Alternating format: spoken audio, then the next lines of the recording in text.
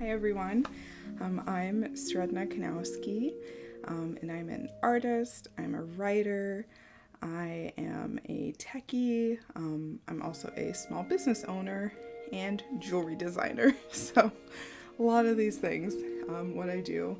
And mostly I'm a maker, like I love being creative and making things, creating unique items, working with my hands, all of that stuff.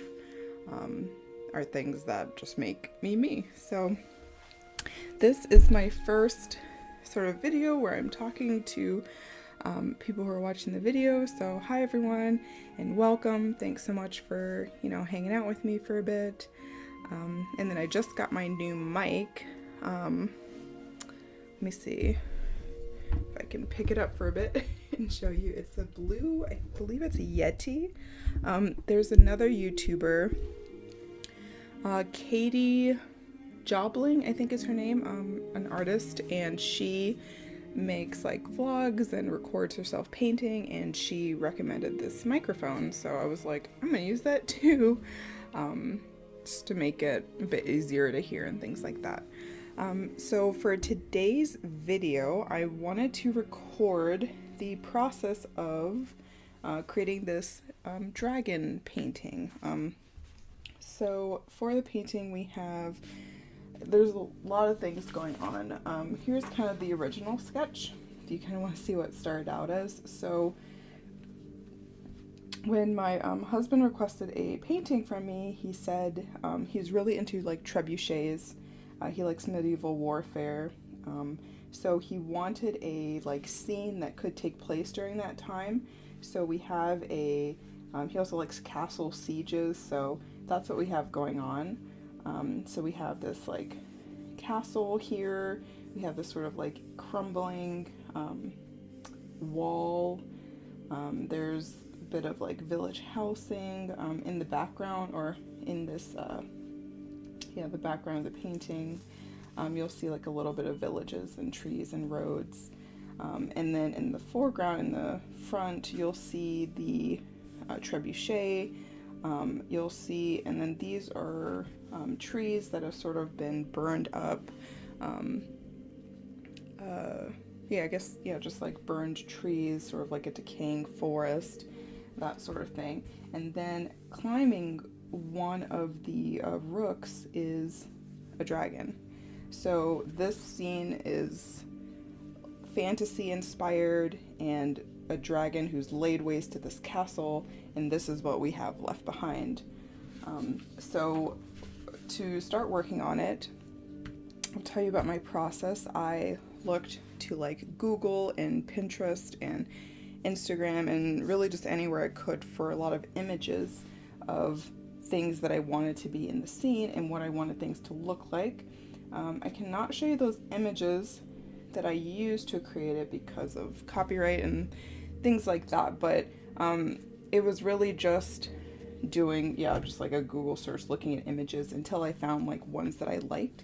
And so there were certain trees that I liked, so I got like multiple tree images and I kind of turned it into my own thing. Same thing with this sort of castle scene. I saw all these different kinds of castles and then ended up picking which one I wanted to portray, and then same thing, trebuchets. Like there's so many different styles of everything, so use that. And then we got some just kind of like rolling, that's what I kind of want to look like this rolling hills in the background, this little village.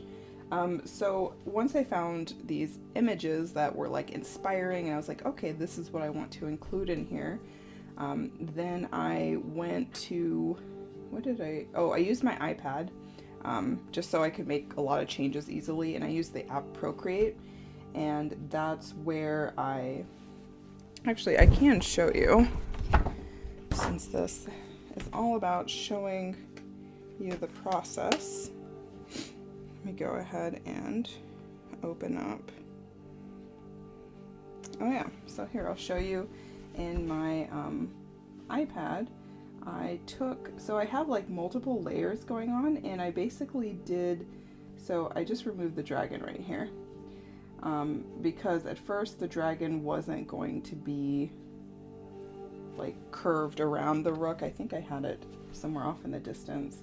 I also, like, this is like a final sketch, so there were also multiple different kinds of sketches that sort of happened to this, like in multiple castle versions. Oh, here, this was the dragon climbing in one of the initial sketches. The trebuchet went through multiple sketches. So, oh right, I had different castles, so I can show you that here.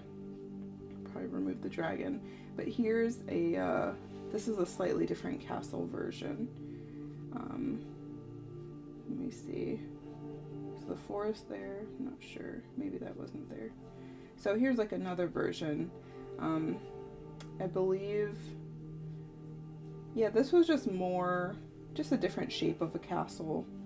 So that's another version that I went through. Let me see, do I have the first castle? Oh yeah, here was the first castle. So in this one, it's more, you can see like the sky and the clouds, and this is supposed to be like a bit stormy. So yeah, so after going through like the different versions and stuff, and then, I mean, since my husband is like right here, I could get feedback from him like right away. And then he's like, oh, actually, could the, you know, here's the castle I prefer. Oh, I forgot about this one. That's cute. I might use her in another thing because I like her style a lot.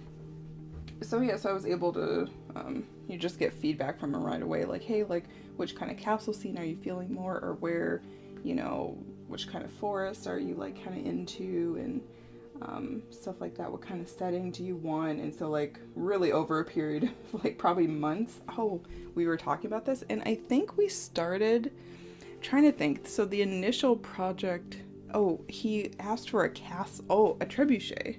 Well, wait, maybe both. Maybe he asked for like a castle, but then he was like also really into trebuchet, so he's like, maybe just a whole painting of like just a huge trebuchet. And then when I was talking to him about it, and I was telling him like, well, I kind of was seeing this could go like a fantasy route pretty easily. Like, what if we included a forest and there's like a dragon laying and, you know, surrounded by all these trees. I mean, naturally I'll go there because I just love nature and landscapes and scenery. Like, I could draw trees just all my life. So, and I will. So, and then there were some images of like elves that I saw, and I was like, and like archers, and Aaron always plays the archer in like every game ever. So looking at that, then he started to get some ideas, and he was like, wait, did I mention the dragon first or him? He might have mentioned the dragon first. I wonder if I was talking about like elves and archers, and then he started thinking about like, oh, dragons would fit in there. And then we kind of came, both of us together, with this idea of like, we could combine the castle, we could have a trebuchet in it, and we could also have this dragon in the scene. And so, and then after, talking about all that, and then all the sketches sort of happen. And usually when I do like commissions for people, I'll do, because there's so many ideas that could happen, but I'll usually come up with like probably like 3 like rough sketches, and those will just show that like, hey, here's like things that I think 2 of them are like, here's the kind of things you've given me to run with and ideas and what you want in the scenes. And then like the third one is kind of like me saying like, I think this would like really look cool in here, and kind of like, I guess like take like the ideas of like what they're saying, but maybe present them in a way that maybe they hadn't first thought of. And so I think that I think that happened with the like in the fantasy route. That was kind of where I was headed with how picturesque it looks in the setting the scene. And then he like took it a step further with being like, oh, what if we include a dragon? Like, hells yeah. Although I was kind of scared at first, because it's just one of those things where I'm like, oh, I haven't drawn it before. But looking back on like all the things I've drawn, I mean, there's things like that all the time. It's like, I've never drawn a boat before. Oh, now I did, so, I've never drawn a mountain or the little girl, and, you just do research, you practice, and then you do it, and then it's like, okay, I did it, and then it's just always a learning process. So, sweet. Okay, so once I did it on my iPad, and then I could play around with the layers and add, remove stuff, tweak stuff pretty easily. So that is definitely why I use this app rather than paper, because if it was on paper first, I'd have to be like literally like erasing and changing it, and I just found it much easier to use the app for something that I know would be changing and evolving and stuff. So then once we did that, oh, so cute. I have this little dragon sitting on top. So once that was finalized and he agreed on, yep, this is the final, place I want to go with this. This is looking good. Then I printed out, actually, was this nice? Oh, I guess I just printed it out on paper, just to have it as a reference. I just like things that I can just prop up here and be like, okay, here's what I can look at it and do. I do also use my iPad for looking at images, and then I can just prop it and look at it and make sure everything is where it is. But it's nice to take the paper, because for something as large as this, which is a whole nother story. Okay, first, this painting was going to be on a canvas. So a large canvas, because he has so much, so he works from home, and he has so much wall space, it's all blank. So I thought this would, as a bigger painting, this is a great space for this. So at first it was going to be canvas, but since I was telling you that this whole project has been going on for months, I started doing more. First off, I absolutely love sketching, but I also love canvas painting. But what I don't like is when I'm painting on canvas, usually in oil and acrylics, you can't see the sketch underneath. It's just completely covers it. So in the last few months, I started getting more into watercolors as a way to just another paint medium. Let me try this out, because I've seen so many artists using it and I love the effect.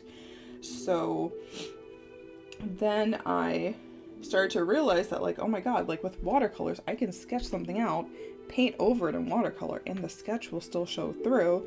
And that was just very eye-opening to me. I'm I don't have to get rid of all my beautiful sketches, because I usually do very detailed sketches, but then I kind of had to not do that anymore, hold myself back, because I'm well, it's gonna be covered up by acrylic paint or whatever.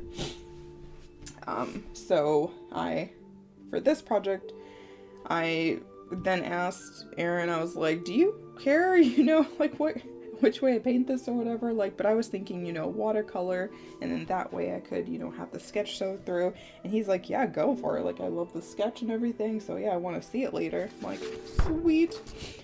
So, and then the paper itself, I feel this wasn't planned exactly. Okay, so let's see. So I was thinking of canvas painting.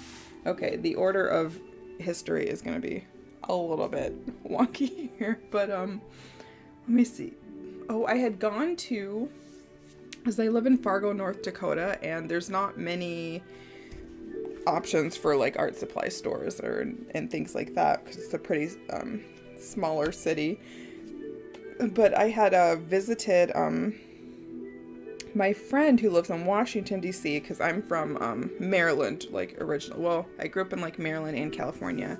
And I've lived in quite a few states by now, but so I have friends from in family who live all over, and I'll just we'll visit and stuff. So one of my friends, my best friend Noelle, she lives in Washington D.C., and I flew down to visit her and just hang out. And she's an artist as well, and she does UX design and graphic design, and also painting and stuff. And she's just such a creative person, and she's my soul creative, SOUL creative person. I don't know if you for people who are very creative, you can just mesh with them and go with it, and then it's just any ideas, oh my gosh.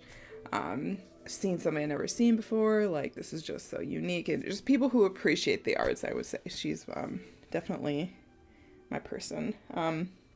So we went to like art supply stores and stuff, and I believe it was Blick, who I always order from them online, because of my location where I live. Oh my god, I've only been talking for 15 minutes and I feel like it's been hours. I'm like, how long have I been talking? Should I stop? Okay.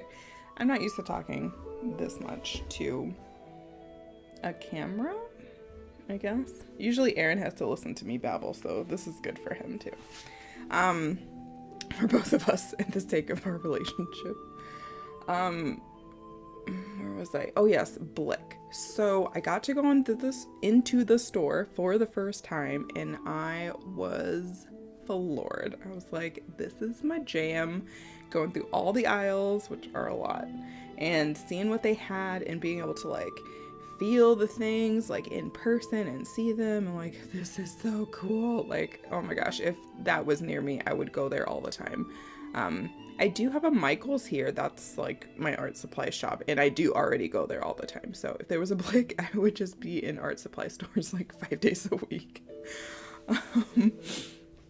Okay, so I go in Blick and I'm looking at their stuff, and I want to pick out something special because I don't get to go here often. And so I go over to like their watercolor paper, and I see like the Arches brand, and I'm like, oh yeah, I know they're like really good, and I never get that, but maybe I should this time. So I pick out one of theirs, but I pick it out based on like the feel, and I'm like, oh, this texture is just so yummy, and like can feel all the grooves and the ridges, and it has like crinkled edges, which you'll probably have to wait till the end to see because I have it all taped down now, but it has like those like ripped edges, and I'm just like, oh my god, I'm feeling this so much. And so I pick out one of those papers, but I also pick out, they have like a bunch of like really huge ones. So I pick out like this big one. I'm like, this is so great. And I'm looking for the price. I'm like, how much is this again? Like, I don't know. But doesn't matter because I'm on vacay, right? Live a little. So I get to like the checkout, and then, oh gosh, am I going to mess this up? Maybe they said it was like 20 something, or maybe it was to 20 to 40, let's say, somewhere in there, because I can't remember. And I was like, oh my god, holy shit. One piece of paper. You know, I'm used to getting like a binder of like, you know, watercolor papers for like 10 or 20 or in that range and stuff. So I was like, on one sheet of paper, like this is very special. So I brought it all the way back with me, and oh, I had driven there, so it fit in my car just fine. She couldn't even, the person who was helping me, she couldn't even like roll it up because she's like, this doesn't really bend. Like, this will break. This is like a solid piece of wood. This is no longer paper. So yes, I brought it back home safe and sound, and then like for the next couple weeks I was just a bit paranoid about like, oh no, it might bend, or look at this thing over here. You know, where do I set it? And like, cat, don't scratch it. So then I think as of like maybe 2 weeks or so ago, it was like, this is gonna be the paper for the dragon. Yes. And here we are. We have this gorgeous large paper. I'm actually gonna measure it because I don't know what the exact size is.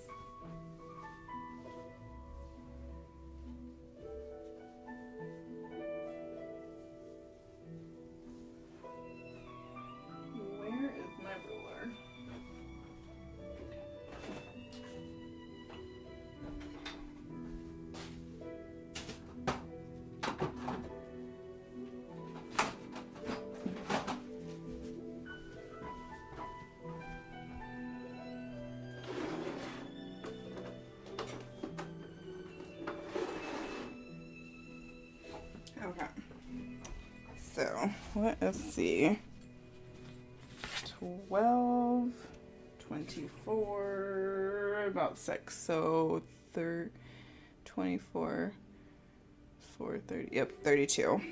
32 by 24.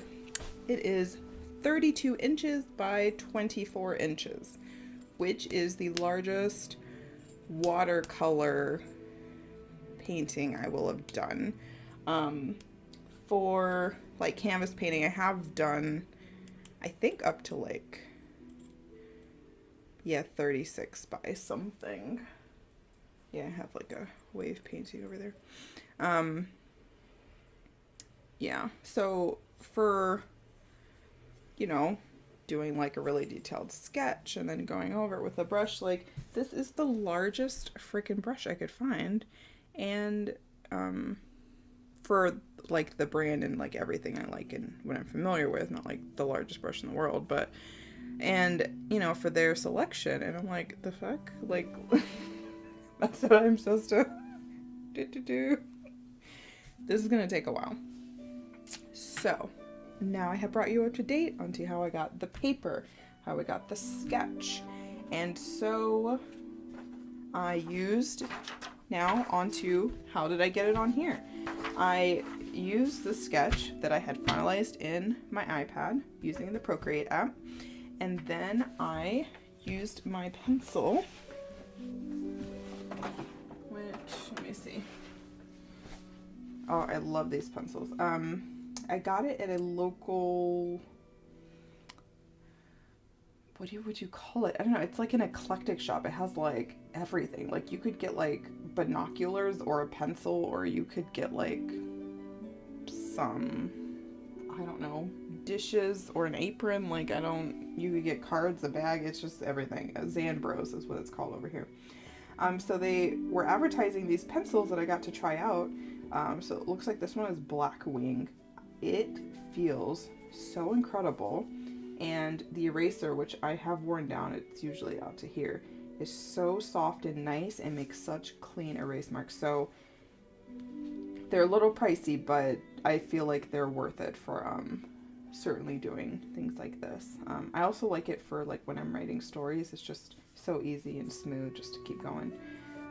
So yeah, I would recommend these. So I was looking at, as I was doing the sketch on here, looking at this, I'm like, okay, here's about where this will be, here's about where this will be, and then just kind of put like a rough outline of like where things might be. And then once I was, I also looked at like my reference photos, because this isn't very like highly detailed. So if I wanted to add like some more detail over here, I'm like, okay, here's about how, you know, this would look.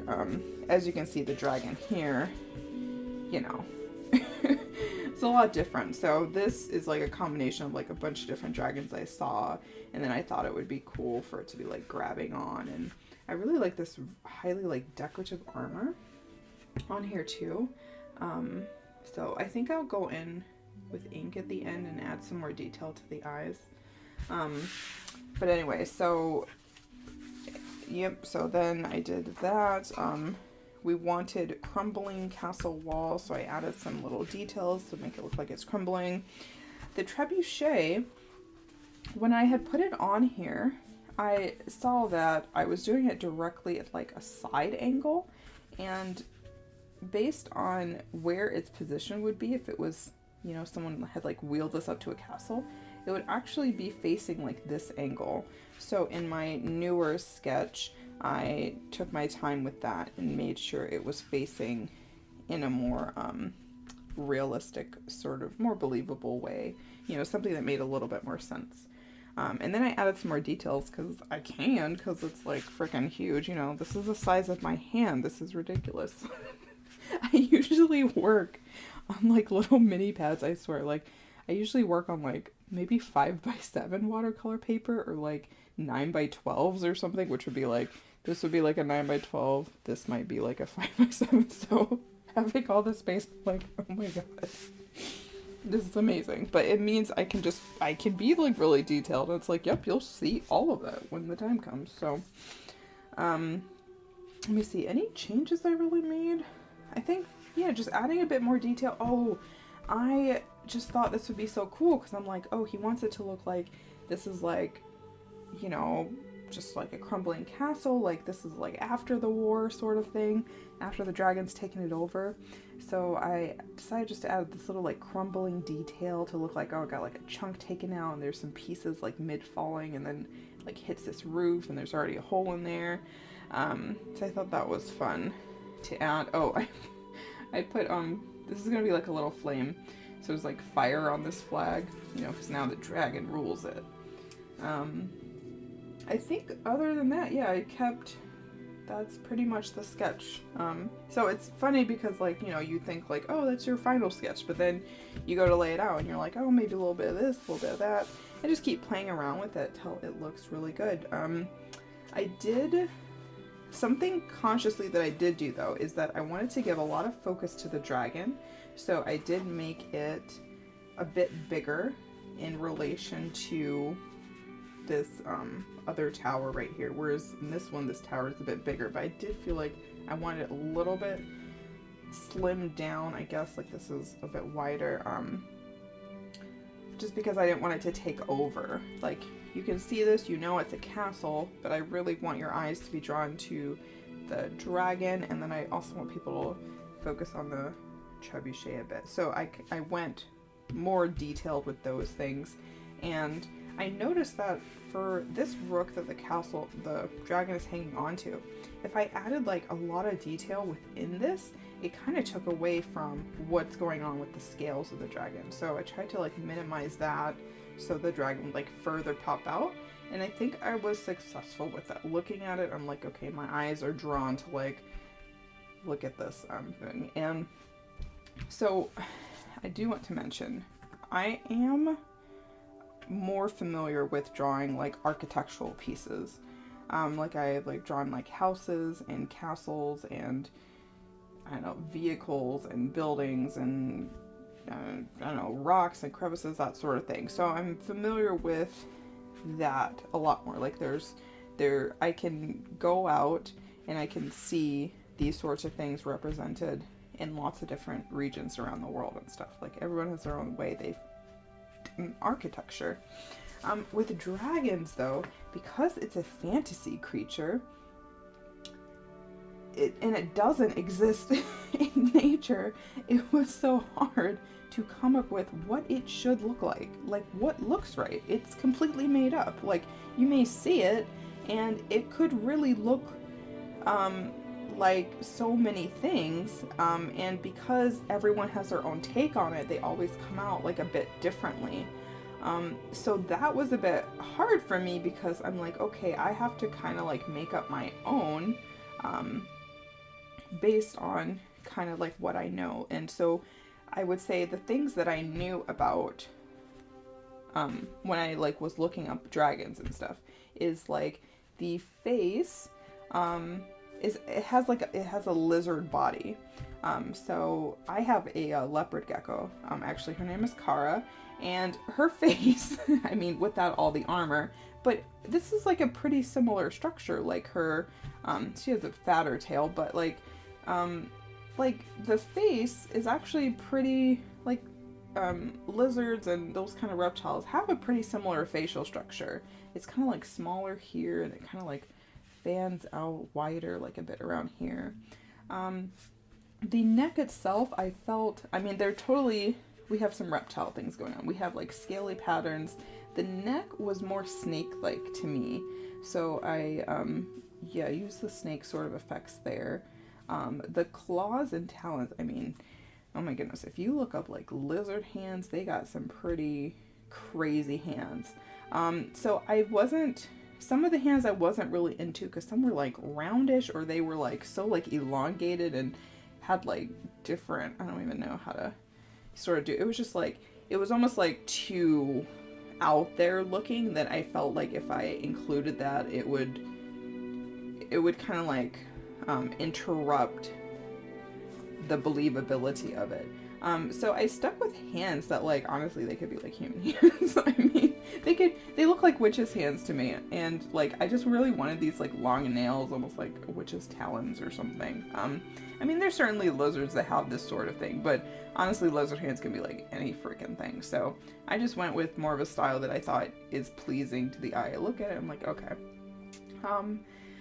The wings, certainly taken from a bat, and made a bit more dramatic with these like really sharp talons.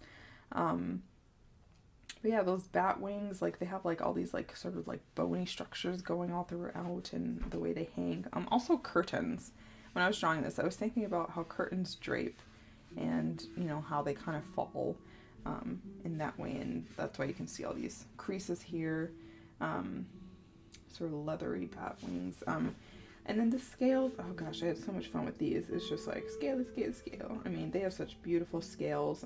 Lots of creatures, you have scales. And then I just added this little bit of like a foot because I figured, you know, it could kind of be like leaning up against there, and sort of like grabbing on, like Kara, like, or just, you know, lizards, they're always like grabbing onto something. So I'm like, this thing would probably grab it on. And then the tail, I guess the tail, that is definitely, you could see this on like any snake. So I really like that style for it. So really this dragon creature is, I'm going to use a big word, amalgamation, hope I'm using that right, of a variety of reptiles and flying things, creatures. And it can kind of be like anything you want. So I really just kind of tailored it to like, hey, this is what I think a cool dragon would look like. Oh, and then I got like highly detailed with the face, and I just thought, oh my gosh, it looks so cool with the little armor and things like that. And so fun. And then the trebuchet, this one was definitely a bit more architectural because it's like there is an actual way they make these things and how it, you know, would kind of look and swing. So I didn't get as detailed as you can get with it, but I gave enough that I feel like you see it, you're like, okay, I get how this thing works. And there we go. So I guess, let me see, I've talked about, I went from the sketch to here. Oh, so I did it in pencil, right? So I'm going through, I'm doing it in pencil, I'm erasing as I go, I'm making more. I complete it. Then what I do is use my ink pens.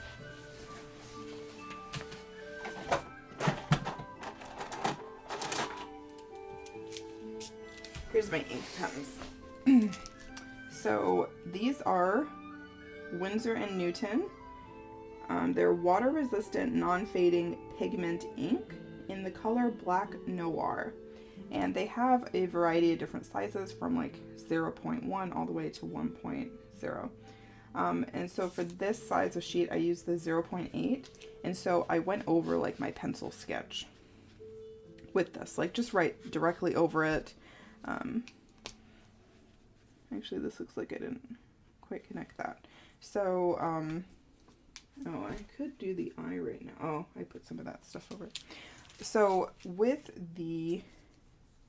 this sort of ink, you know, this is like very like long lasting and made to resist like whatever, anything. So I went over it because it does not smudge with watercolors, and that's what I wanted. I wanted something that like you can't, you know, you put water on it, it doesn't smudge or whatever, look weird or blend in. It's like, nope, it's just the ink, that's it, it stays there. So I really like using these with watercolors and would highly recommend them.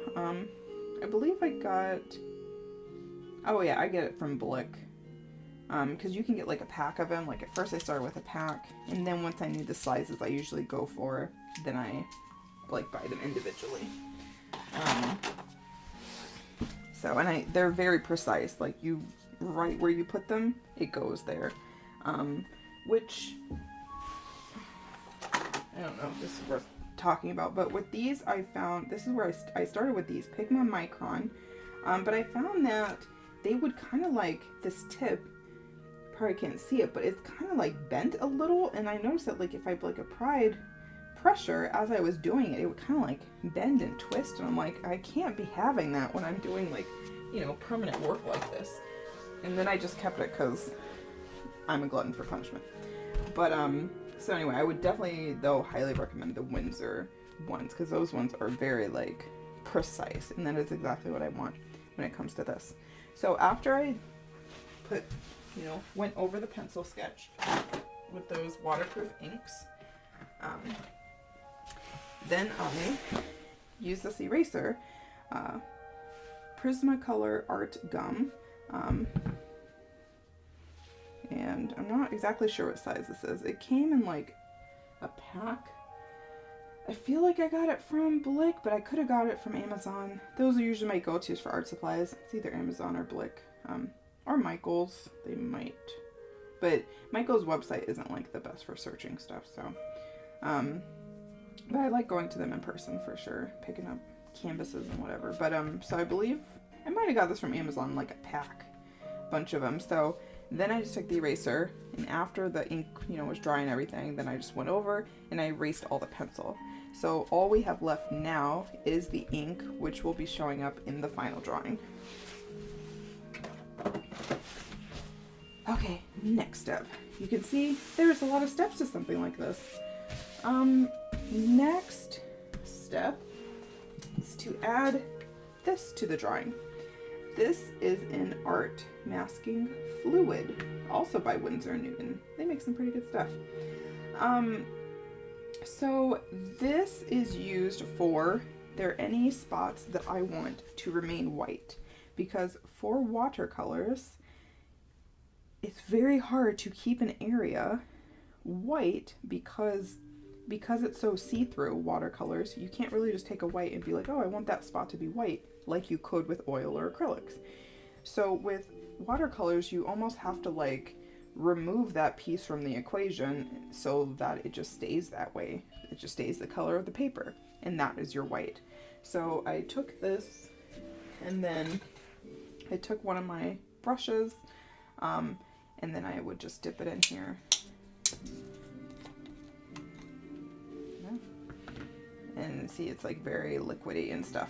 And so I just dipped it in, and then any space that I wanted to be white, which are all like my highlighted areas, and then I just went over with this. And what it does is it will dry. And when it dries, it forms like this protective barrier around that area. So even if you paint over it later, it won't touch that area, and that's how you keep it white. So at the final step of the drawing will be to take my eraser that you saw here. After every single spot is painted and it's all dry, I will take my eraser and then I will rub against all these masking fluid spots, and then it will lift off because it almost feels like rubber or something. It will come off the paper and it will leave a white spot in there. So I really like this for adding some, I would say, highlights. If you want it to give it that effect, like a little bit of sparkle, you'll see that if you do it like that. So that is my plan. So I have done that, and then let me see, what else have I done? We are almost, I could talk about my brushes a bit. For the masking fluid, I'm using this Princeton Select one. This is a very nice brush, and it's for a variety of mediums. I believe it's for like acrylic and watercolors, and I think it's their, what is it? The one where, or, gosh, am I getting this mixed up? It could just be for watercolors, or it could be for multiple things. You'd have to double check, but it's called Princeton Select. And I just like it because they're so precise, and so I just really enjoy using them. And so when I'm using my masking fluid, even though these are really nice brushes that, you know, probably shouldn't use such nice brushes, but at the same time, like, I want it to go where I want it to go, so, you know, that's just what I do. Very nice brushes. And then, let me see, for the painting itself, I'm going to use some Princeton brushes again, because I found, after using lots of brushes, these ones I totally love. Oh, it still has a sticker on it. This is a, don't I have another one? Oh, yeah. So I got these specifically for this large painting because this was the largest size I could get. So this is a size 16. We have a round Princeton Heritage. The Heritage, this type, I believe, is for watercolors. Works very well for watercolors. You can see it. This sort of like fullness at the end is very good for absorbing the water, like picking it up. So you can rub it around. And so you should definitely, if you're, whatever paints you're using, you should have brushes specifically for that medium. Like I wouldn't use I wouldn't use this sort of brush for watercolor. Like, this is like for my acrylics. I believe this is, oh, this is Zen, Royal and Langnickel. Very nice. But this is definitely for thicker mediums, acrylics. I also have this one, Winsor & Newton Artist Oil Color. So this is like very, I don't know if I would say brittle, but like it's like a dry bristle. That's what I would say, oil. So watercolor, you need like super soft, a nice fullness, and a nice point. Then you can be like look at how this like points up to there.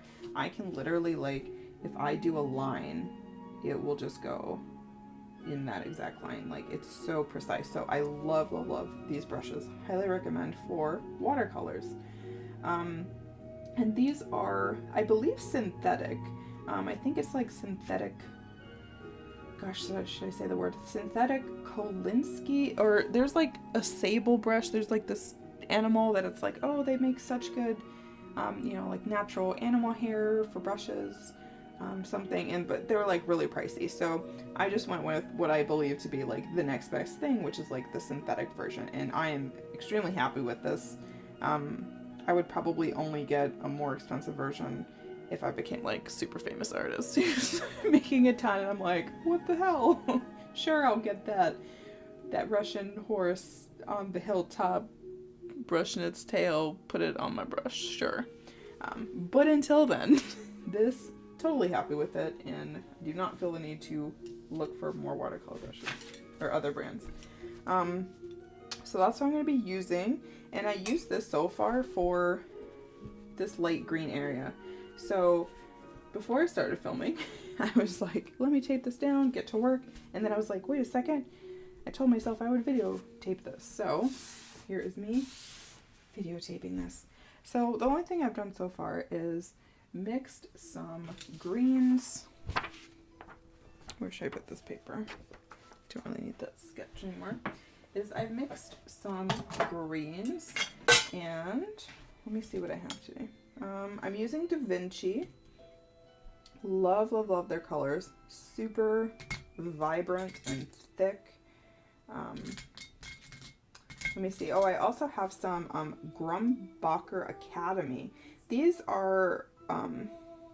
watercolors are very nice. I'm trying to think. Oh, I think I started with like Praying or something, and I've just been trying like a lot of different kinds.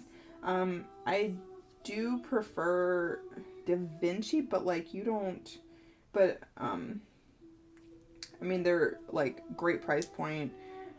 The viscosity, like the thickness of it, the colors, like the size you get, like the customer service, like Da Vinci is like a winner for me. But before I used Da Vinci, I used this Grumbacher Academy, and this worked like totally well. So, you know, this is good too. But I think after I finish up the bottles, I would probably get Da Vinci, oh my god, and Daniel Smith. I recently got some Daniel Smith ones, and I love them for, like, they have such pretty colors. Like, what the? Let me see. Oh, here's a Daniel Smith one I gotten.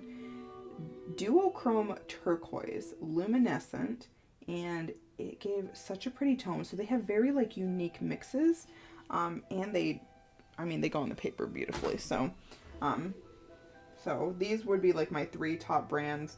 But in order of price point, it would definitely be like Daniel Smith, then the Da Vinci, then this Grumbacher Academy. And there we go. They're all good. All good. So I mixed some. I'm trying to get this like light green for these hills. So I believe I did, or I must have done this yellow, and then like a sap green, lemon yellow, and then sap green to create this color. And then I actually, the paint, or my water can, turned this green, and then I just kind of went over it with my water can because it's just like, you know, that's the color I'm going for. So I've barely even been dipping into my tray for this part. I think I'll go over it just one more time and just really get some more coloring going on. And I hope I'm not, is my face gonna be in the camera? God.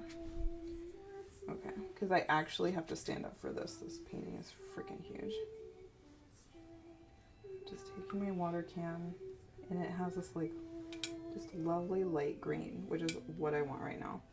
Because this is a part that like, they're just like rolling hills, and then I'll go over it in a darker green where we see all like those trees and bushes here. But I think it will really make other things stand out if I'm just a bit lighter with these areas. Like I'm looking for that contrast at this point. And I'm trying not to paint right up to the edge because Aaron actually likes the more like non-straight edge, I guess you would say. Like when you put like painter's tape on like a painting like this, and then if you like paint like directly over it, like all the way up to there, when you peel off the tape, you'll get like this really nice like solid solid line that's nice looking if you want like a straight border effect. But Aaron likes, he said he liked the effect of like just like random, I don't know, borders going around and like things like that. So I'm trying not to go to the border because that is really usually how I paint, because I really like how it looks. But for him in his painting, he gets it his way. So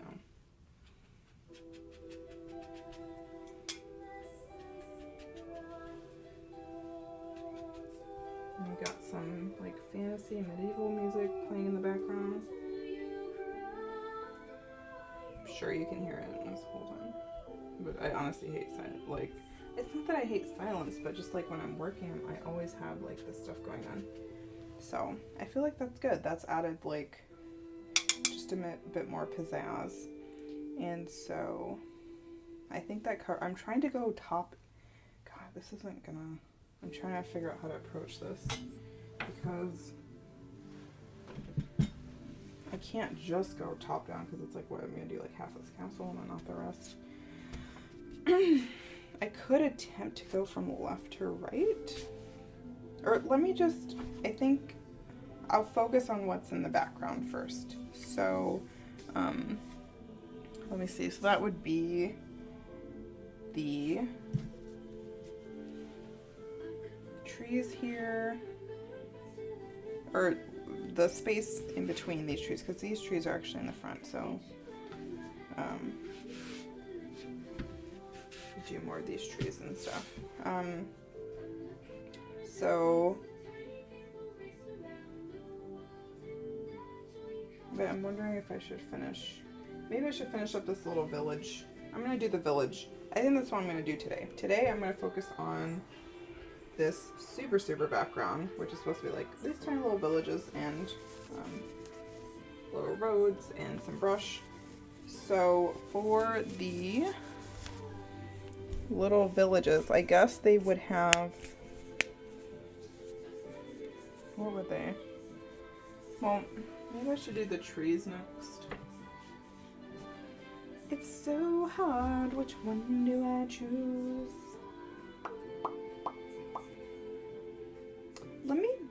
I'm gonna do the houses because something. Oh.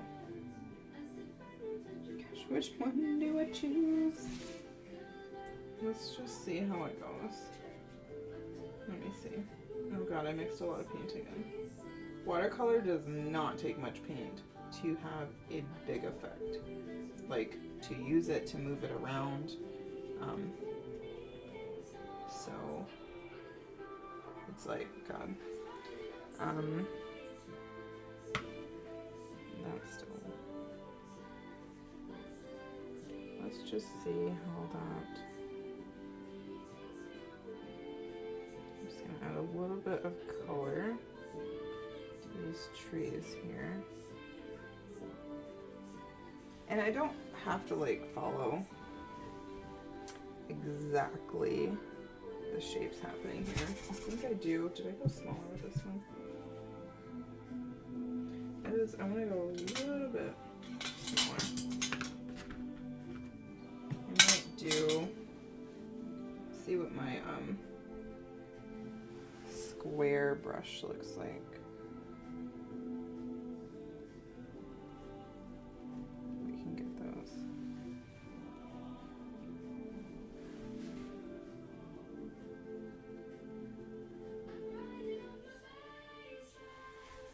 Sort of tree branch looking shapes.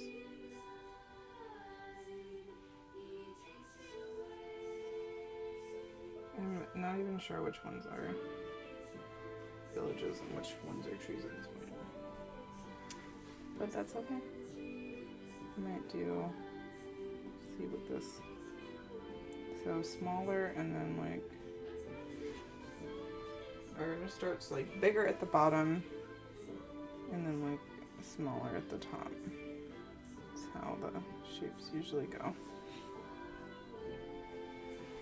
And I'm just kind of going like back and forth and making like these like little dimples. And I just want to like add a little bit of variety and randomness because that's what trees look like in nature. So, well, let me know in the comments if you would, yeah, if you like this kind of drawing, like if you would do it, like are you super into like dragons and fantasy? I mean, it's hard to believe like who isn't, but like, you know, let me know sorts of stuff you like, what you're into. Always fun to hear. Okay, now I really don't fucking know where these houses are. You know what, I'm gonna go to the houses right now because I feel like I'm gonna make everything a tree and that's gonna defeat the fucking purpose. So, for these houses, there's not gonna be that much color going on. There's gonna be like some grays. Should I even do brown? I guess I could do a little brown for like the roofs or something. But definitely, let me see, I'll use this gray. And let me see, we kind of have a light. Oh, I should use a sepia. I recently got sepia tone and it is beautiful. So let's see. What do we have?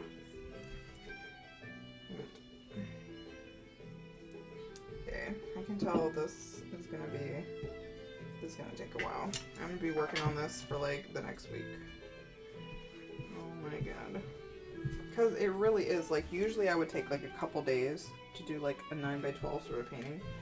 But this is like 4 9x12s or something, so yeah. Probably will take 2 weeks. Crazy sauce. Ooh, that is very pretty. Okay. So I think for, oh, let me not use this shape because those houses, like the roofs are pretty small. So yeah, that should be just fine.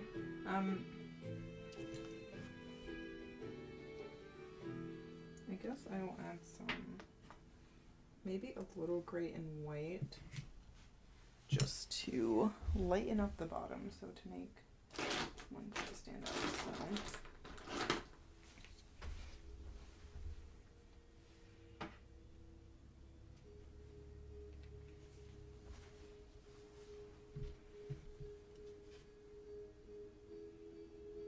let me see, mixing up some of this gray and white.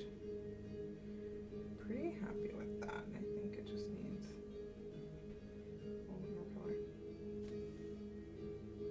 There we go. Oh, I do want to mention, in case there are people who are new to watercolors and stuff, that for watercolors I have two buckets. One bucket is for dirty water.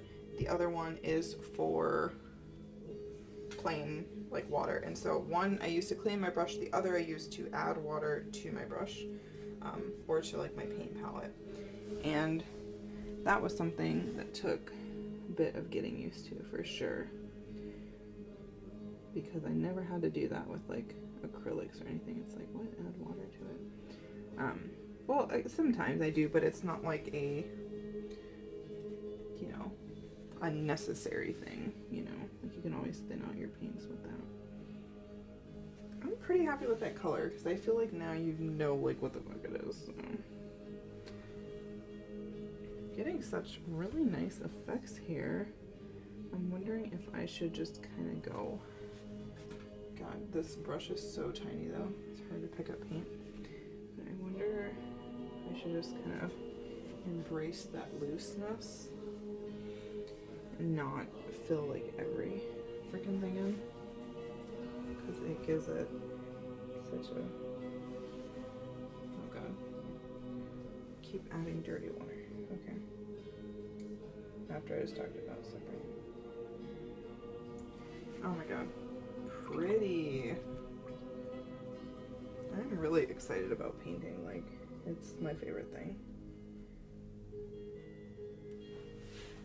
Oh, so I did, I'm not sure if I mentioned this, okay, but I think I did tell you all like the things that I kind of do, because last year, what was going on, is that open houses? I'm gonna have to like look at my picture again, like I thought there were more houses. I guess I could just add some in, like who cares? I'm gonna add some more in over here, because like, come on. So I actually have I'm like really close to it. I'm about to graduate, basically, with my degree in my bachelor in computer science. And so last year I had taken an internship as a web developer, and I was like, okay, this is my life. And then I did that, but I found that like whenever I went home, all I wanted to do, like at the end of the day or on the weekends, was to paint and create.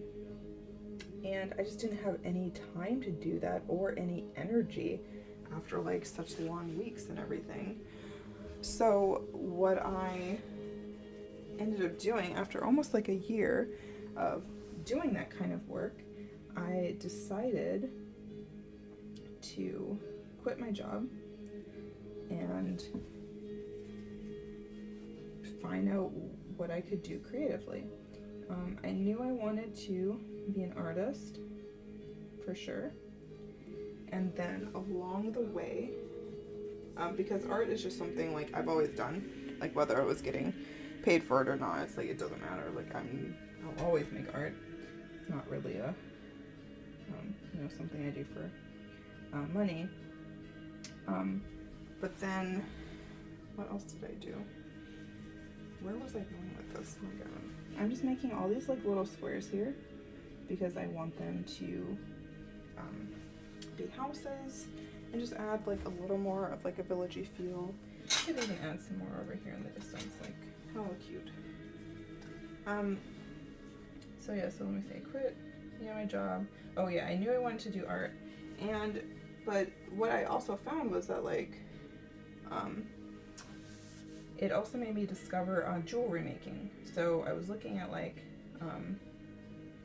yeah, like after I was like making art for people and trying to figure out what like stuff to make, and then I was just on like a making spree. I'm like, oh my gosh, I'm gonna do like acrylics, I'm gonna do oils, I'm gonna try out gouache, I'm gonna try out watercolor, like I'm gonna try out like making, you know, or where I am now is like, oh, let me try candle making, let me try resin making. It's just like once I was in the creative mood, I'm like, I'm gonna fucking try everything, you know, like who knows, you know, what I want to do and all that stuff. So along with that, I started to make my own jewelry. But what is interesting about that is I definitely chose jewelry making because I personally, like, I have metal allergies in my ear. So whenever I go to a store and I see all their cute earrings, it makes me hate my life a bit, because I'm like, I can't wear any of that because nobody, you know, is making this kind of jewelry for me. So then when I started my own business, I was like, you know what, I'm gonna fucking make jewelry, and it's gonna be the kind of stuff I want to wear, and it's gonna be like minimalist stuff, but it's also gonna be like statement jewelry, and it's gonna be like just everything, because like I just can't, there's so much that I can't wear, and you know, I'm tired of it, so I'll just make it myself. And then I started making it, and then people are like into it, and yeah, I just like met more and more people that were like, hey, like I have metal allergies too, and like nobody's making stuff for me, and look at all this stuff I have to do just to wear some cute stuff in my ears and stuff. And then I also became really knowledgeable about like what are all the materials that, you know, jewelry is made out of, and like what's the process, and like how do you make earrings. And then I got into necklaces, and then I'm starting to get into rings a bit. We'll see where that goes. I just got this electro gold plating machine, so you can take like gems and rings and stuff and kind of combine them. So I'm gonna give that a go. But so I started making like this jewelry, and I'm like, sweet, like finally I can wear all these cute earrings.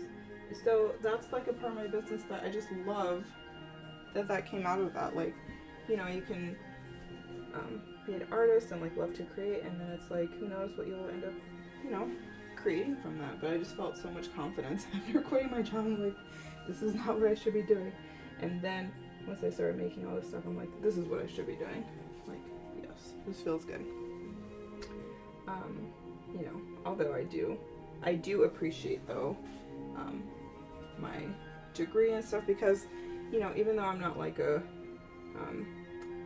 you know, a programmer, I guess is the job that I would probably end up having.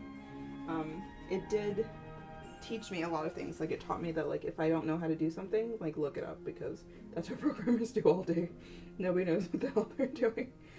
It's like in school, we're taught things that are like 10 years behind what the latest software practices are, what people are creating. So you have to look things up. You have to be comfortable with not knowing how to do things. You have to be comfortable with asking people for help, you know, but then at the same time, like, taking responsibility for figuring it out. You'll also end up becoming a very good problem solver, like, because there's all these problems that happen with technology. So, let me see, I know how to, like, make, like, my, you know, like, make, like, a website, and I also did find from my job that I'm good at managing. I'm good at, like, having a task, as long as I have a task, then I, you know what I'm doing, and I can, you know, get that done. And I found that a lot of that is also helpful with running my own business, because there's a lot of, like, online things that I've had to figure out, but it's okay, and it's part of the process. So I am glad that I went there, because, you know, you just, you know, all these life experiences make us, right? So it was good. And that's where I met my husband Aaron, actually, because he was, we met almost, I feel like it was 10 years ago. I always make that number higher than it is, though, so don't, you know, hold me to that. Oh, let me talk about my painting, though. So after I did, like, the little rectangle grays that were the base of the house, then I went in with the sepia tone, which is like this beautiful, like, grayish brown tone, and then I'd use that for the roofs. And I just did a similar roof structure and tried to do, like, a little bit of different sizes to give it a little variety. But it's just so you know, like, you see it, you're like, oh, those are houses. Like, they don't need to be super detailed, because in whatever's farther away is already going to be, you know, less detailed. So it's, yeah, I feel like we are on track there. Now I will go in, and I believe this is a road. I'll make that gray, and then is this a lake? What do I have there? I think that is a lake. So I might add a little bit of a bluish tone to the gray, because it can be kind of like a muddy lake or something. But anyway, so I met Aaron. I'm gonna add some of this cobalt blue hue to this gray and white mixture that I have going on. And I'm gonna get like, see if I can get like a pretty sort of like grayish blue out of there. Oh yeah, that's what I want. Oh yeah. Water, paint and water with watercolors. So I met my husband Aaron at MSUM, which is a university around here in Fargo. Well, it's actually in Moorhead, Minnesota, but literally like we're right on the border, so we're all you know, we're 5 minutes away from Minnesota technically. So ooh, that came out really pretty. And I just kind of like went back and forth and just like let those colors be where they are, and I can see like a bit of gradation there. Very nice. So now I'll just go in with my gray. And I seem to be doing a wet on dry technique.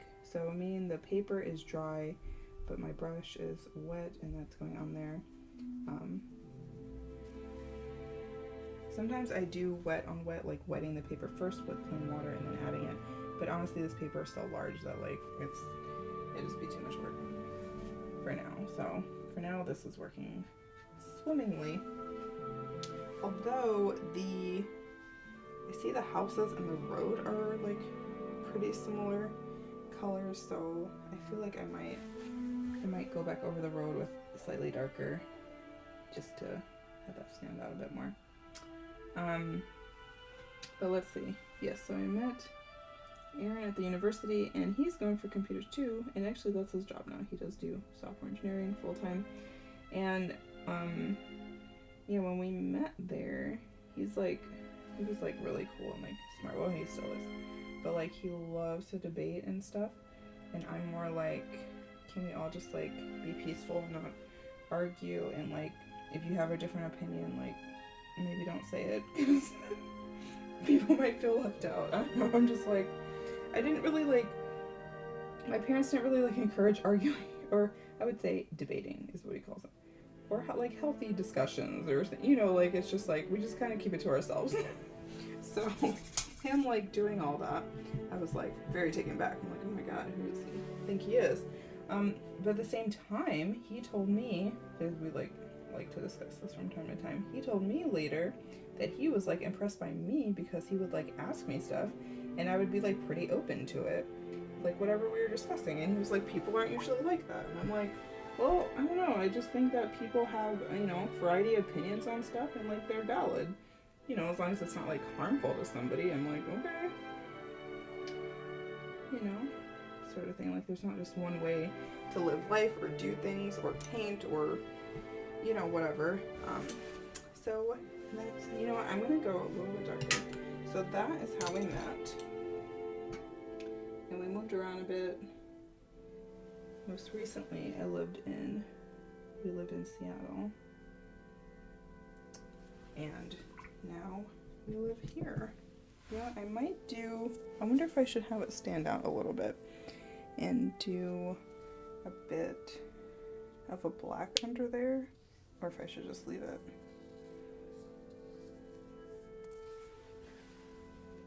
I'm thinking I'm just gonna leave it for now, because I'm not sure if this should stand out too much or not. But I will do, now I'll go in with the darker green and just play around with all these trees and stuff. Really digging these like shoo, shoo, shoo sort of shapes. So anyway, so we met, you know, at first I'm like, oh my god, this guy's like really out there. But he was always like very respectful, and he was very like, he's always been like patient and kind. So even though he liked to, you know, debate or argue or question whatever, like I still enjoy spending time with him, because he was just like, hey, I just really want to know, like, how do people feel about this stuff, and like I like talking to you. And so we started hanging out more, and then he invited me over, and apparently at the time I wasn't supposed to invite anybody else, but that's what I always did. Like I was like, if somebody invited me to something, I'm like, hey, you should, I would get like, you know, other people to come with and be like, hey, there's this thing going on, want to come? And it would always be like a big thing. And so he apparently he wanted this to be one-on-one. Eventually we were hanging out one-on-one, but at the time he was like, hey, come over, we're gonna watch Final Fantasy and anime. And I was like, yes, love Final Fantasy and anime.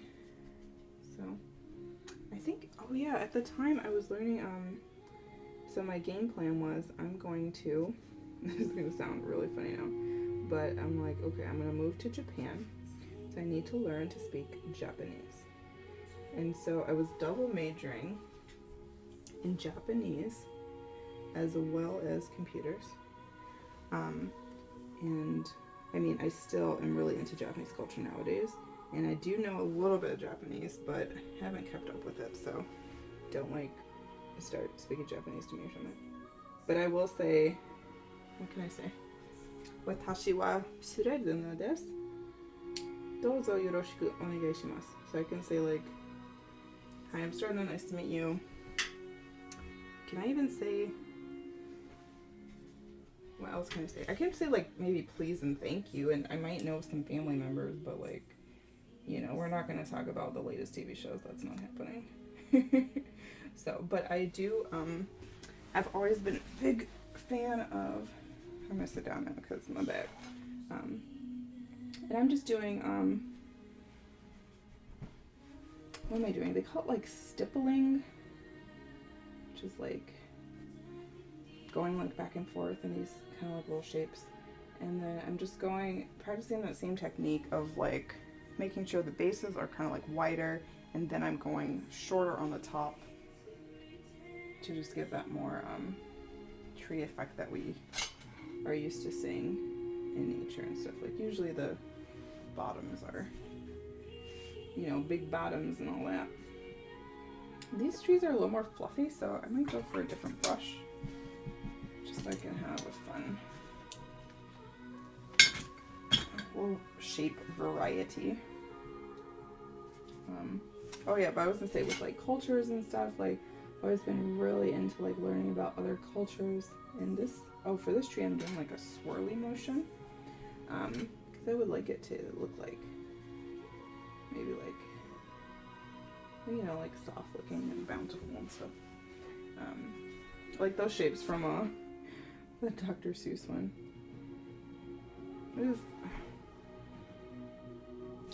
The Lorax. Yep. That style. It's like, what, they look like lollipops.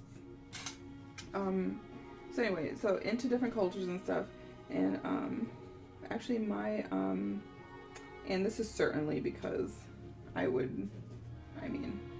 it certainly comes from my own family, because we are Jamaican, German, we have Polish Jews in my family, and what else do we have?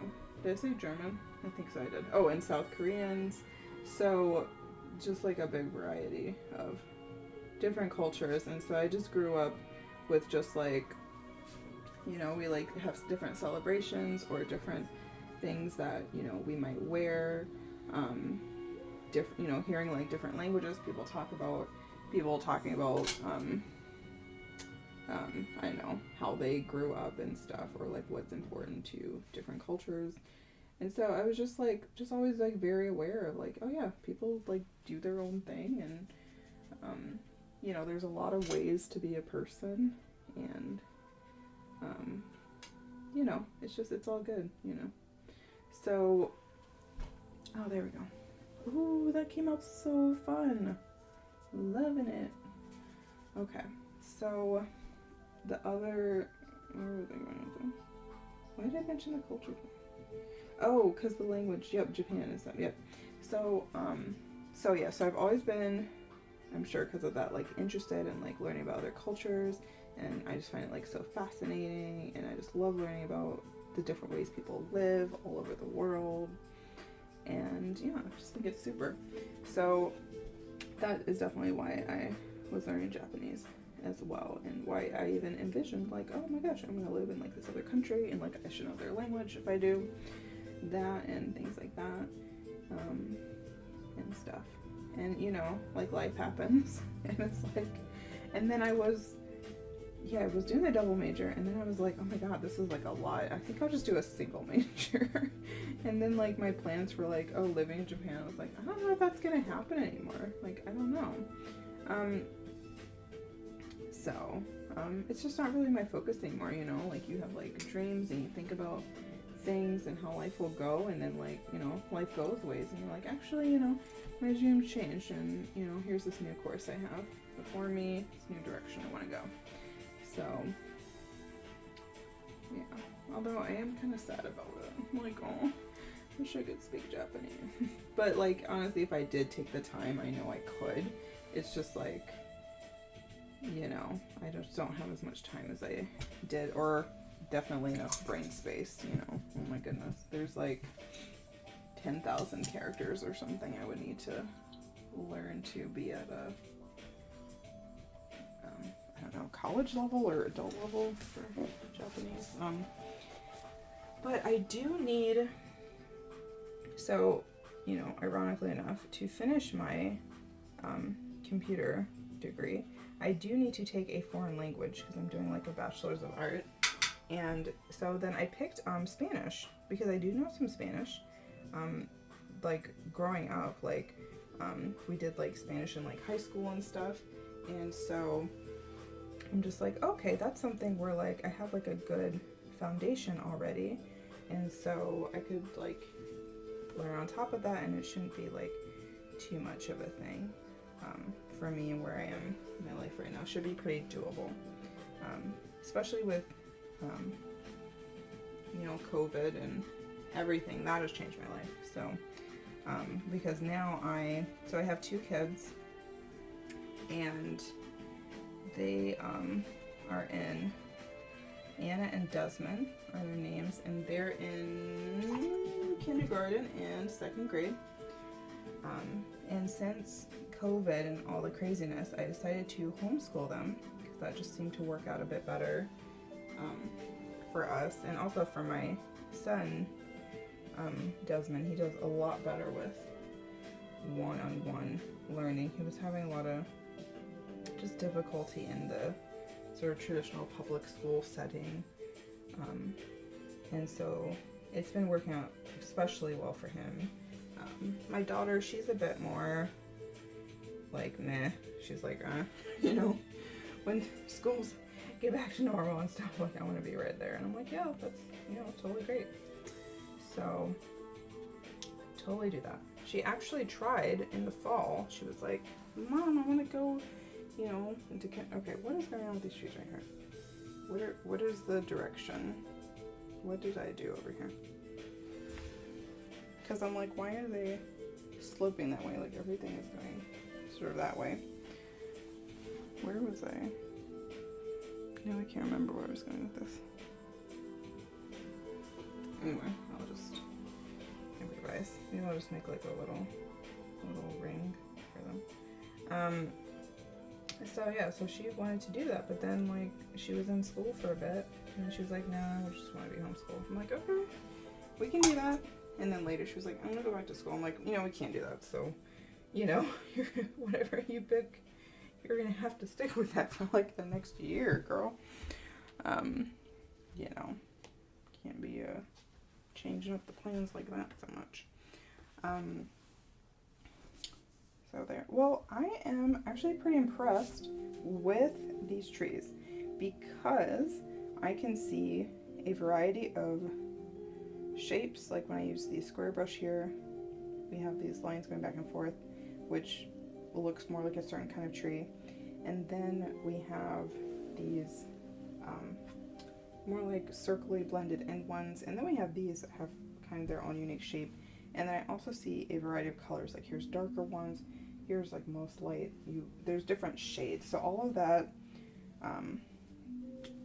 just looks very yeah, just the scenery I was going for, I guess, like just very natural and scenic and things like that. So sweet. And actually I might add in another lake right here. It kind of looks like it's already forming its own lake, so I'm going to add another lake right there. Because, you know, that happens with painting too. You go in for something, you know, it's a lot like life in that way. You're like, oh, here's the plan. here's what we're gonna do, you know, and then you're like, you know what, based on what's happening, I think this would be a very good idea. Oh, cute! Look at that little thing of water. So I wonder, I might add a little bit of like smaller ones because they're all pretty similar in sizes.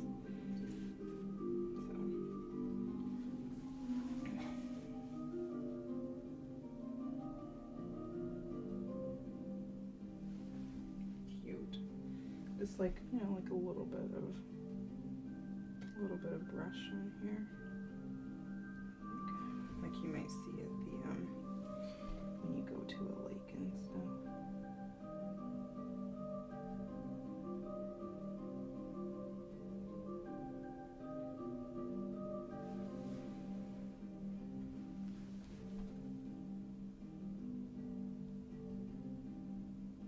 And I just love the drawing nature in general, because you don't, I mean, at first, like using like a lot of references and stuff, like certainly is the way to go, but then like later, and I don't know if this is like this with everything, but for my experience with nature, it's like then later I'm just like, okay, I kind of get the shapes and stuff, and it's just very like forgiving in that like there's no sort of like perfect way it has to look.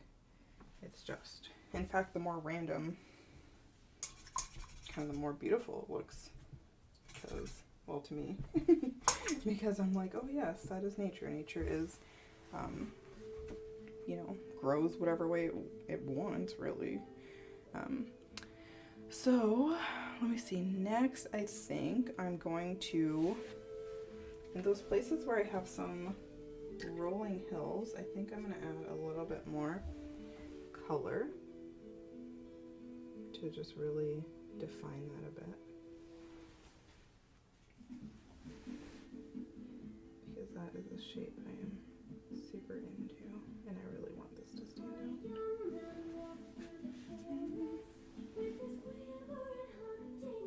Oh my god, I think I'm all tucked out, people. It only took me an hour and 22 minutes. It'll be interesting to see if I keep any of this in the final one.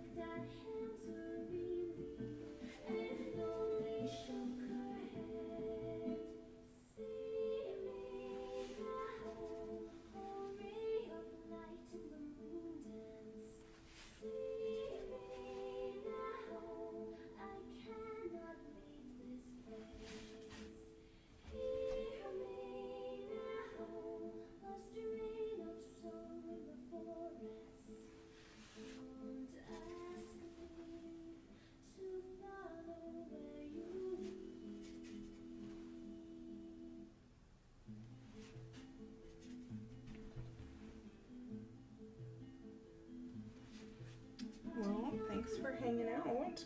Let me see. I think I just might do.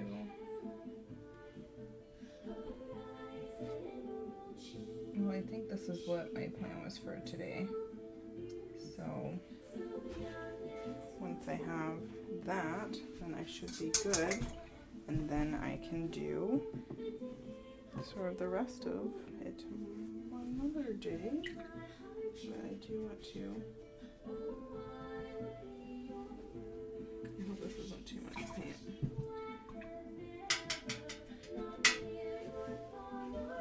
Let me see. Where do I want to?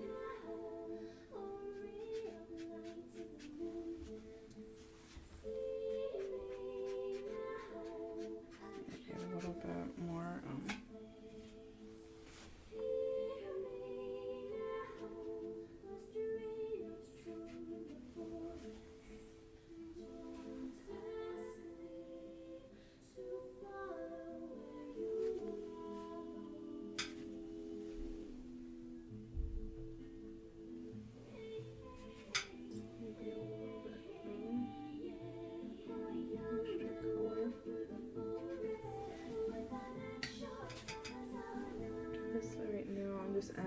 bit of a deeper tone in some spots. And I'm trying to follow the way of the hill. So the hill is kind of sloping. So when I'm using my brush, I'm trying to keep in that shape.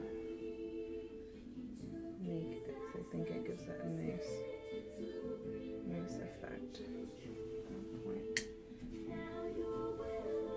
I do want to leave some lighter spaces though, so I'm not trying to cover up everything, because that is what makes it sort of like stand out even more. Those spaces, the space in between. Isn't like the name of a show or something?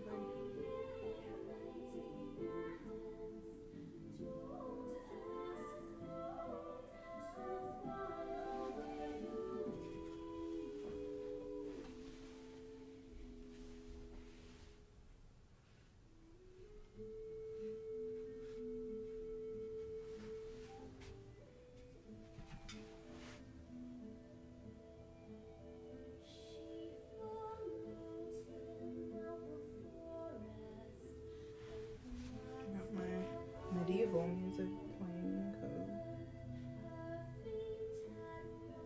it's giving me the fantasy vibes. Oh my gosh, how fun. Let me see, is there anything else I haven't told you guys? Oh, yep, let me see, so check out my, I have an Etsy shop. And that is where that's where I post like paintings I have for sale, or you can always like message me. And if you want like something custom, you know, love projects like that, because then I get to like draw things. I'm like, oh, I never even thought about drawing that before. And it's always fun to work with people and do that. Oh wait, is it always fun? So far it has been. I've had some pretty good clients, so actually, yes. And then, oh, my Etsy shop also has, I do like original paintings, I do prints, that's also where I sell my jewelry. So I'm really into, well, by now you know I'm like really into nature. So a lot of, I do like different like gems and crystals and rocks, minerals. Now I'm going to be adding more like pressed flowers is something I'm working on, like with resin. So I'm going to be adding more of those, and just really combining all those nature goodies in there. Oh, I've also been getting into mug design lately, because I'm like that person who has like a million mugs and just love them. It's a great way to just like boost your morning, like having some coffee and then you're like, or some tea, and then you're drinking out of this like mug, and then maybe it says like something funny, or it has like a really pretty picture, and I just find it like very inspiring. So I always have some cute little mug going on, and so then I started designing them. I was like, oh, let me make some kind of mugs that I want to, you know, see and stuff like that. So I have that on there too. And let's see what else. Oh, I'm on Instagram. That's usually where I post my art. I also do writing. I am in the midst of, let me see, working on like some children's stories. I'm really into like fantasy stories. I like quirky stories, like Ronald Dahl is like a big fan of his. I also like Quentin Blake's art a lot too. I almost bought like an original piece from him for like $400, and I was like, what the hell am I doing right now? I'm not there yet.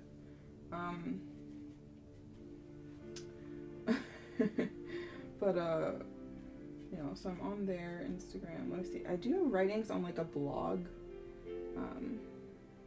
I think, yeah, I have like a WordPress that I'm posting like short stories, and I usually have like a picture to go with it. So I thought that was a fun way to combine like my writing and my drawings, and that's something I want to do more. Like I do want to make my own children's books too and stuff. So I'm like always telling stories to my kids, and I was like, let me like write. I should like write more of them down, really. So, but you know, there we go. What else am I working on? Oh, I think I told you I got into candle making lately. That you probably won't see on my shop. That'll be something like friends and family. But that is fun because I like, oh, I recently got into, like getting more into like witchery or witchcraft, or I don't know if it's like witchcraft, well maybe it is, but like looking more into sort of like witchy vibe, because I've always been someone who's like really into like the earth and like taking care of it, and then also into like, you know, like people having their own energies and respecting that, and I just think it's just a nice thing to be a part of. And so I started like burning a bit more sage for like my own like mental health and well-being, and things like that, and other herbs. And I also, I got this witchery, what is it called?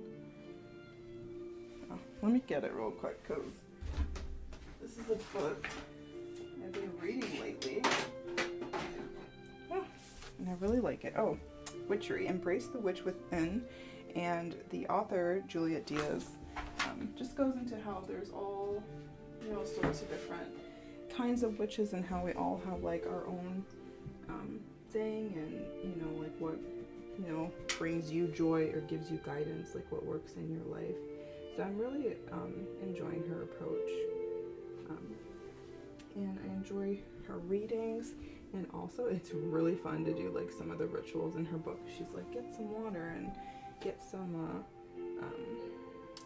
like salt, and you know, like say these things, like and they're usually like it's pretty like affirming things, like affirming like your worth and your value, and that you know, things that you enjoy or like matter, that you're deserving good things, like a lot of like that like positivity. And I find it's really helpful for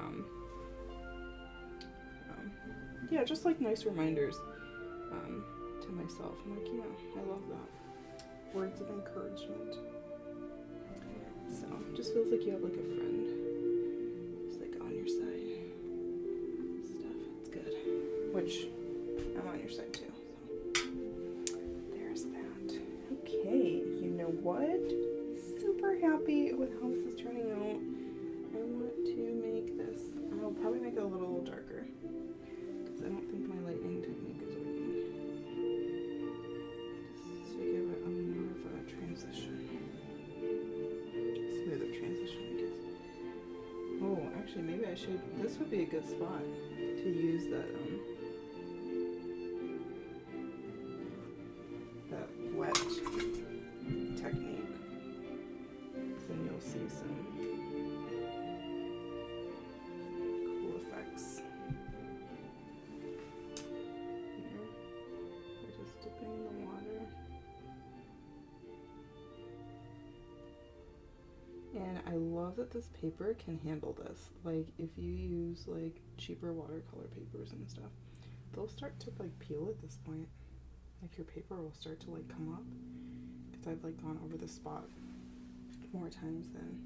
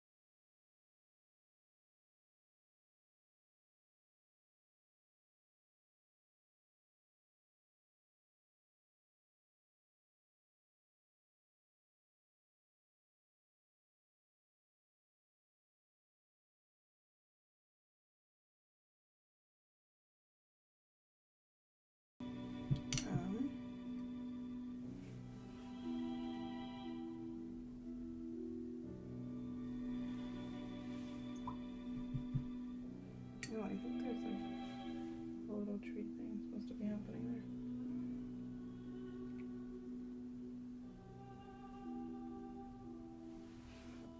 Sweet. Oh my god. Okay. You know what? Oh my god, am I almost good? Okay, wait, I just noticed that, like, I could put, like, a little bit of some green around these little houses right here. I could probably go around, like, this whole thing and add, like, darker spots, lighter spots. It kind of just depends what I'm going for. I really like this side, like, actually all this, like, open white. I really like the tone of that. And over here, I really like that things are a bit more, like, crowded, and then it's, like, a darker, you see, like, darker trees and greens, and I am really happy with this. Sweet. Well, I think this is a great first day, and I will be back later to tackle the rest of this monster. So thank you so much for tuning in and hearing all my things that popped into my head. And I hope you also learned a bit more, like, about the process, and you know, I hope you give it a try. I mean, I wouldn't recommend maybe, like, first time working on something, like, so large, because it's, like, a lot. I mean, you totally could, but, like, I kind of like to start with, like, smaller things and then, like, build up confidence in that, and then, like, work on a bit larger things. So yeah, just to kind of make it a bit more enjoyable and not feel like, oh my god, what if I mess up for the first time because I'm doing watercolors on this. Yeah, I hope you, yeah, I don't know if there's something that, you know, you have been wanting to draw. I hope you give it a try. If you want to make some little houses and trees, you know, if you got something from that, or, you know, I don't know, tips about brushes or paints or whatever it was. Yeah, I mean, if there's anything more you want to know or ask me, like, please, you know, let me know in the comments down below. I would really appreciate if you liked and subscribed to my channel. And yeah, just keep in touch. Having fun here. So I will see you in the next video. Take care, everyone. Bye.